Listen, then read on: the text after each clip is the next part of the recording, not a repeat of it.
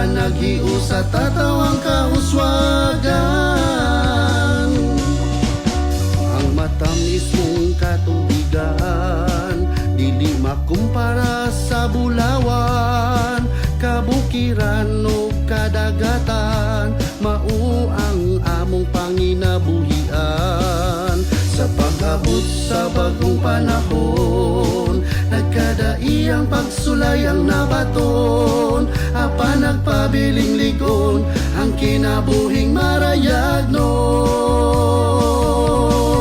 Busarin na kamong tanan, agnihuntang atong kauban, ising kita sa panaghiu sa tatawang kauswagan.